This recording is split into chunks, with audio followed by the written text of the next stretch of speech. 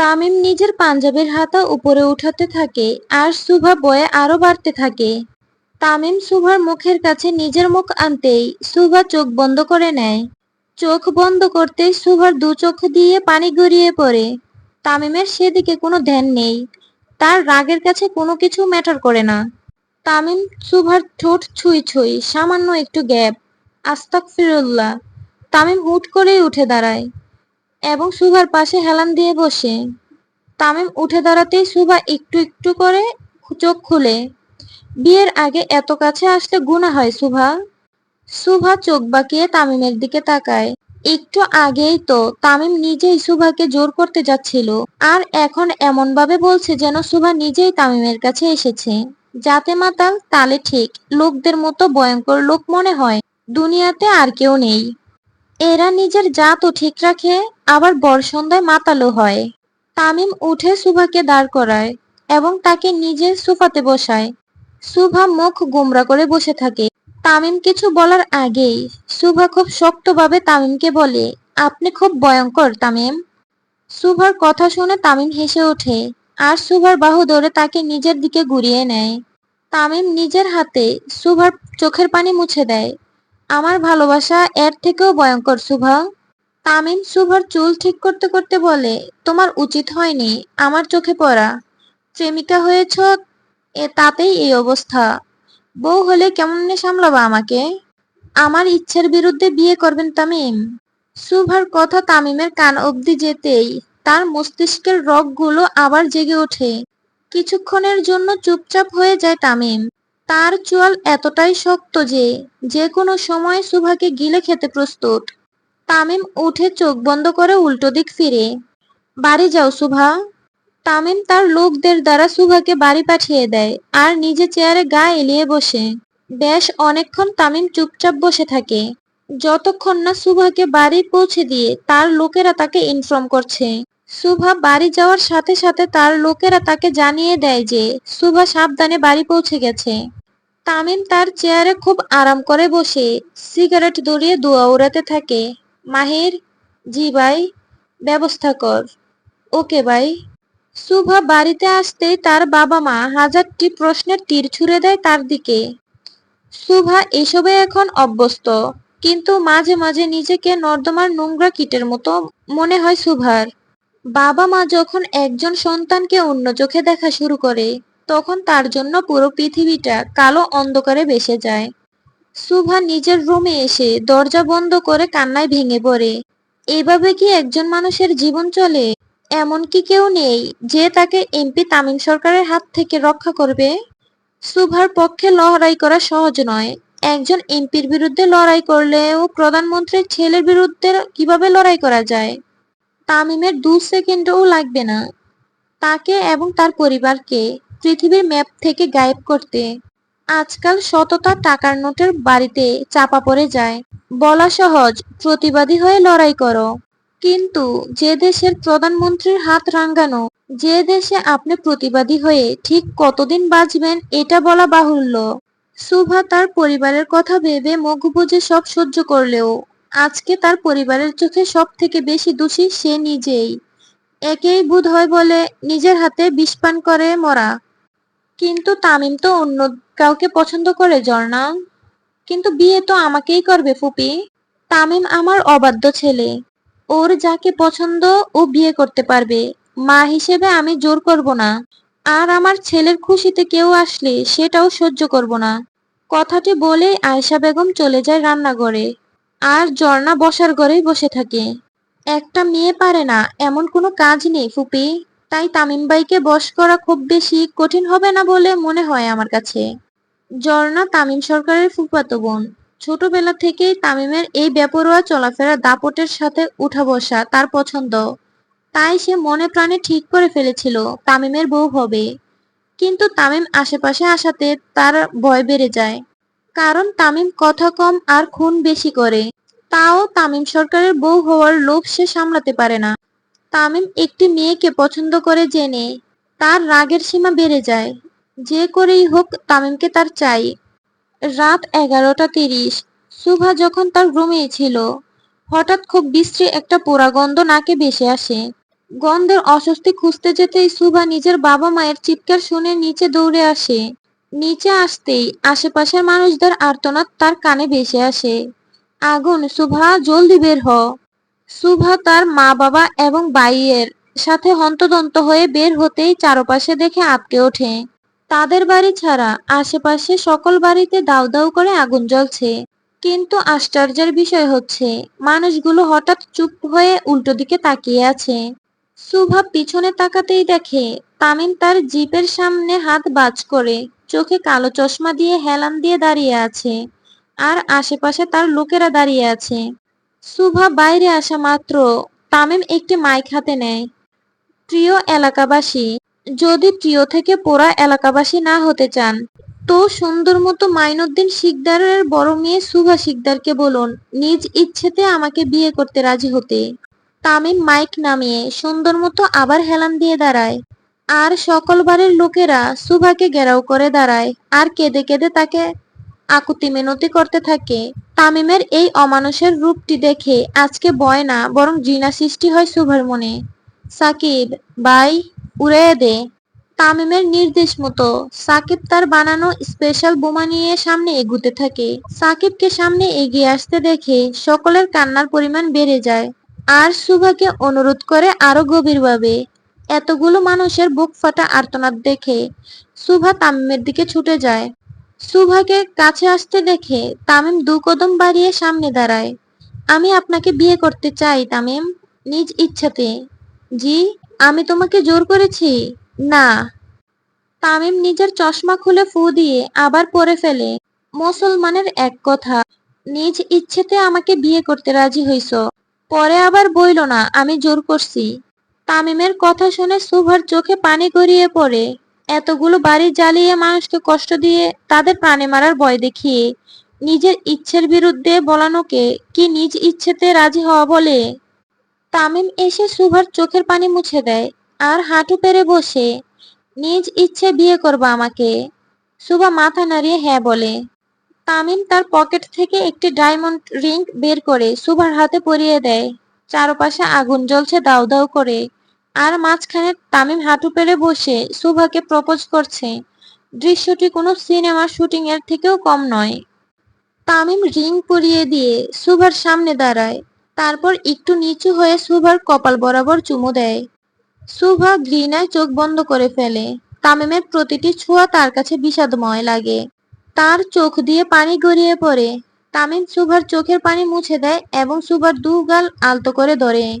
এটা শুধু একটা আংটি ছিল না সুভা, তুমি তামিম সরকারের আমানত, এটা তার প্রমাণ।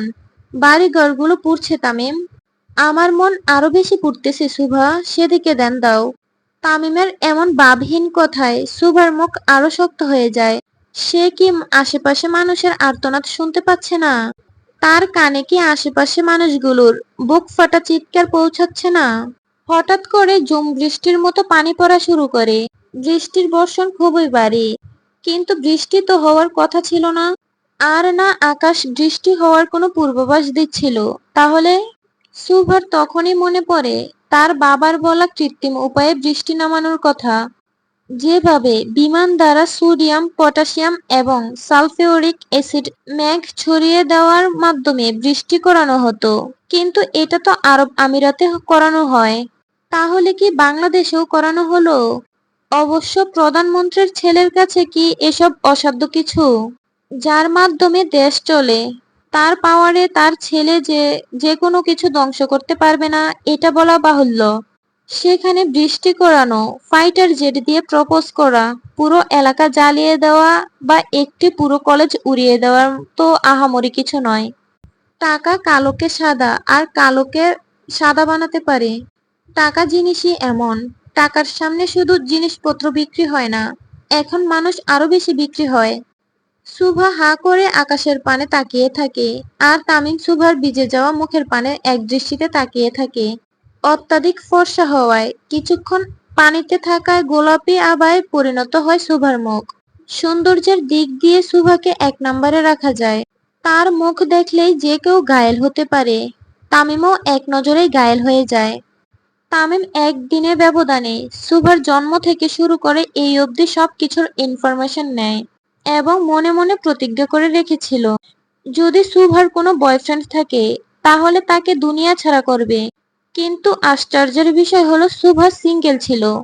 এই যুগেও এসে আজ অবধি প্রেম না করায় তামিম আরো বেশি আকৃষ্ট হয়ে পড়ে শুভার প্রতি। সেদিন থেকে এই অবধি তামিমের পাগলামো আরো দ্বিগুণ মাত্রায় বাড়তে থাকে শুভার প্রতি। বৃষ্টির মাত্রা খুব ভারী হতে থাকায় শুভা 2 কদম পিছিয়ে যায় এবং উল্টো দিক করে নিজের বাড়ির ভেতরে যাওয়ার উদ্দেশ্যে পা বাড়ায়। শুভা পা বাড়াতেই তামিম শুভার বাহু ধরে তাকে নিজের দিকে ঘুরিয়ে নেয়। শুভা ধাক্কা খায় তামিমের বুক বরাবর, আর তামিমের হৃদস্পন্দন আরো বেড়ে যায়। তামিম শুভার মুখে আসা চুলগুলো সরিয়ে দেয়, আর শুভার মুখ বরাবর নিজের মুখ নামিয়ে বলে, তুমি বৃষ্টি হয়ে নামলে আর কমলো চিন্তা আমায়। তামিমের এমন রোমান্টিক আন্দাজ খুবই কম দেখা যায়, কিন্তু আজকে আরশিনগরের বেশিরভাগ মানুষ দেখলো তামিমের এমন অপ্রকাশিত রূপ। কিন্তু বেশিক্ষণ কেউ তাকিয়ে থাকেনি, বরং উল্টো দিক হয়ে দাঁড়িয়ে থাকে। তামিমের লোকেরা তাদের ইশারা করে ঘুরতে, তারাও ঘুরে দাঁড়ায়। তামিমের এমন আচরণ শুভার মনে আরো ভয় জাগিয়ে দিল। তার পরিবার কি তাকে দেখছে এভাবে? বাবা মায়ের সামনে একজন অবিবাহিত মেয়ের সাথে এমন আচরণ করে, তাহলে কি সেই মেয়ে তার পরিবারের, তার বাবা মায়ের সামনে মুখ দেখাতে পারে? নিজের লাজ লজ্জা বলেও তো একটি ব্যাপার থাকে, এমন পরিস্থিতি যেন কোনো শত্রুরও না হয়। 3 দিন পর আমার বিয়ে উপলক্ষে সরকারি ছুটি থাকবে, সবাই আইসেন। না, আইসেন না, টিভিতে লাইভ দেখেন, তামিম সরকারের সাথে শুভা শিকদারের বিয়ে। কথাটি বলেই তামিম তার কালো চশমা ঠিক করে নিজের জিপের দিকে যেতে থাকে। শুভাও তার বাড়ির উদ্দেশ্যে পা বাড়ায়। আজকের প্রকৃতি যেন শুভাকে তার করুণ পরিণতির ভবিষ্যতের ইঙ্গিত দিল। জিপের কাছাকাছি যেয়ে তামিম আবার পিছনে ফিরে তাকায়। শুভা তখন তার বাড়ির গেটের সামনে এসে পড়েছিল। এই রাত পরে হঠাৎ তামিমের ডাকে শুভাও পিছন ফিরে তাকায়, না জানি আর কোন জিনিসের জন্য রাজি করাবে তাকে। শুভা মনে সংশয় নিয়ে পিছনে ফিরে তাকায়, বলেও রিং খোলার চেষ্টা কইরো না, না হলে হাত কেটে সরকার বাড়ির সামনে ঝুলিয়ে রাখবো। আসতে চাইতে দেখবা আর তামিম সরকারের স্মরণ করবা। তামিম থ্রেড দিয়ে সুন্দর মতো চলে যায়। শুভাও দাঁড়ায় না। বাইরে কে কি বলল সেদিকে কোনো ধ্যান নেই তার। তামিম যে কি করতে পারে সেটা এতদিনে বেশ ভালোই আন্দাজ হয়ে গেছে শুভার। শুভার রিংটার দিকে তাকায়, তাতে ভিতরে খোদাই করে সূক্ষ্ম হাতে লেখা ST, মানে তামিম আর শুভার নামের প্রথম অক্ষর। ডায়মন্ডে এমন কারুকার্য শুভা দেখেনি। তামিমও যেমন আলাদা, তার কাজও তেমন আলাদা। শুভা ভিতরে আসতেই দেখে তার মা বাবা ও ভাই গম্ভীর মুখে বসে আছে। অবশ্য বসে থাকাটাই স্বাভাবিক। শুভার বুক ভারী হয়ে আসে। আজকেও কি তার মা বাবা তাকে ভুল বুঝবে? কিন্তু তারা তো বাইরে ছিল, ভিতরে কখন আসলো? হয়তো মেয়ের এমন করুণ পরিণতি দু চোখে সহ্য হয়নি, তাই ভিতরে চলে এসেছে। শুভার মনে ভয় নিয়ে ভিতরে পা বাড়ায়। শুভা ভিতরে আসতেই তার বাবা ভিতর থেকে গামছা এনে শুভার মাথা মুছে দেয়। শুভা, বাবার ডাকে মুখ তুলে তাকায় সে। উপরে যেয়ে তোর প্রয়োজনীয় সকল কিছু গুছিয়ে এনে। কিন্তু বাবা, বাবার উপরে ভরসা নেই? নিজের থেকেও বেশি আছে বাবা। তাহলে যা, ব্যাগ গুছিয়ে নে, রাত 2টায় তুই আরশিনগর ছেড়ে যাবি। শুভ তার বাবার কথা মতো উপরে চলে যায়, কিন্তু ভয় মনে থেকেই যায়। যেখানে তাকে রাজি করানোর জন্য পুরো এলাকা জ্বালিয়ে দিল, সেখানে সে পালাবে আর মন্ত্রীর ছেলে জানবে না, এটা কি সম্ভব? আর পালিয়ে গেলেও তাকে খুঁজতে যে ন্যানো সেকেন্ড লাগবে তামিমের, সেটাও তো শুভার অজানা নয়। কিন্তু আজকে তার বাবাকে নিষেধ করতে পারেনি শুভা। নিষেধ করা মানেই তার বাবার উপরে সন্দেহ করা। কোনো মেয়েই নিজের বাবার শক্তির উপর সন্দেহ করে না, শুভাও করেনি। সে সুন্দর মতো রাজি হয়ে যায় এবং ব্যাগ গুছিয়ে ফেলে। ভাই, আপনার বিয়া আর পুরা দেশ নিশ্চুপ, এইটা কি মানা যায়? কালামানিকের কথা শুনে সবাই একসাথে ঠিক বলে সহমত প্রকাশ করে। তাহলে কি লাইভে যে নাগিন ডান্স করব? ওইটা আমরাই করবো ভাই, আপনি শুধু রাজি হন। কিসের জন্য? পুরো দেশে আতশবাজি ফুটানোর জন্য। তামিম সিটে গা এলিয়ে বসে পড়ে, আর কিছুক্ষণ পর পুরো আকাশে আতশবাজি ফুটতে থাকে। খোলা জিপ হওয়ায় পুরো বিষয়টি সবাই স্পষ্ট দেখতে পায়। সবাই হা হয়ে যায়। তারা সারাদিন পাশে থেকেও কিছু টের পেল না। আসলে তামিম এবং তার কাজগুলো সম্পর্কে জানা কারো সাধ্য নেই। ভাই, একটা কথা কই। বল মাহির। হিরোরা হিরোইনকে চুম্মা দিলে প্রেম হয়, আর আমরা ভিলেনরা দিলে হয় মামলা। বিষয়টা এমন কেন? কারণ সব ভিলেন সাইকো কিংসক আর তামিম সরকারের মতো হ্যান্ডসাম হয় না। আমার আর প্রেম হলো না। মাহিরের কথা শুনে সাকিব মাহিরের হাত টেনে তার বুকে নেয়। মাহিরও অবাক হয় সাকিবের এমন কাণ্ডে। কিছু শুনতে পারস? হয়, তোর বুক ধপাস ধপাস করতাছে। না রে শালার ভাই, বুম ফুটতাছে। তামিম সহ বাকি চারজন সাকিবের দিকে তাকায়। আব্বে হালা গাড়ি চালা, সামনে দেখ, না হলে বাইয়ের সাদি মুবারক বদলে আমগো 40 খাইতে লোকজন আইব। সাকিব বা, তোর মনে বুম ফুটতাছে, বিষয়টা তো হজম করার মতো না রে। কমু না, আমার শরম করে। তুই কি প্রেমে পড়ছস সাকিব? বিসমিল্লা কইরা পইরা গেছি ভাই। সাকিবের কথা শুনে টাকলা মফিজ খুব জোরে গাড়ি ব্রেক মারে। আর তামিম সহ সবাই সাকিবের দিকে তাকায়। সাকিব ভদ্র ছেলের মতো আকাশের পানে তাকিয়ে থাকে। ভাইয়ের বিয়ার আতশবাজি মেলা সুন্দর লাগতেছে। সাকিব সকলের দেন অন্যদিকে নেওয়ার চেষ্টা করলেও কেউ আকাশের দিকে তাকায় না, বরং সাকিবের দিকেই তাকিয়ে থাকে। তারপর সাকিবের পাশে বসা মাহির, কালামানিক, টাকলা মফিজ সাকিবকে উড়াধুরা চর ঘুষি মারতে থাকে। আমার হয়েও দে শালারে। সামনে বসে থাকা পেট মোটা রফিক সবাইকে আরো উৎসাহ দেয়। শালা আমগো আগে প্রেমে কেমনে পড়লি তুই? তগরে নিয়েই তো পড়তে চাইছিলাম, কিন্তু তোরা বিড়ি খাইতে ব্যস্ত ছিলি, তাই আমি একাই পড়ছি। তামিম তার পঞ্চপাণ্ডবের কাণ্ড কারখানা দেখে নিজের কপালে নিজেই চারটি মারে। ভাগ্য করে পেয়েছে এই চারজন মেন্টাল পিসকে। প্রেমেও যে সকলে মিলে একসাথে পড়া যায় এটা তামিমের জানা ছিল না। হালা বেঈমান, একা একাই প্রেমে পড়লি।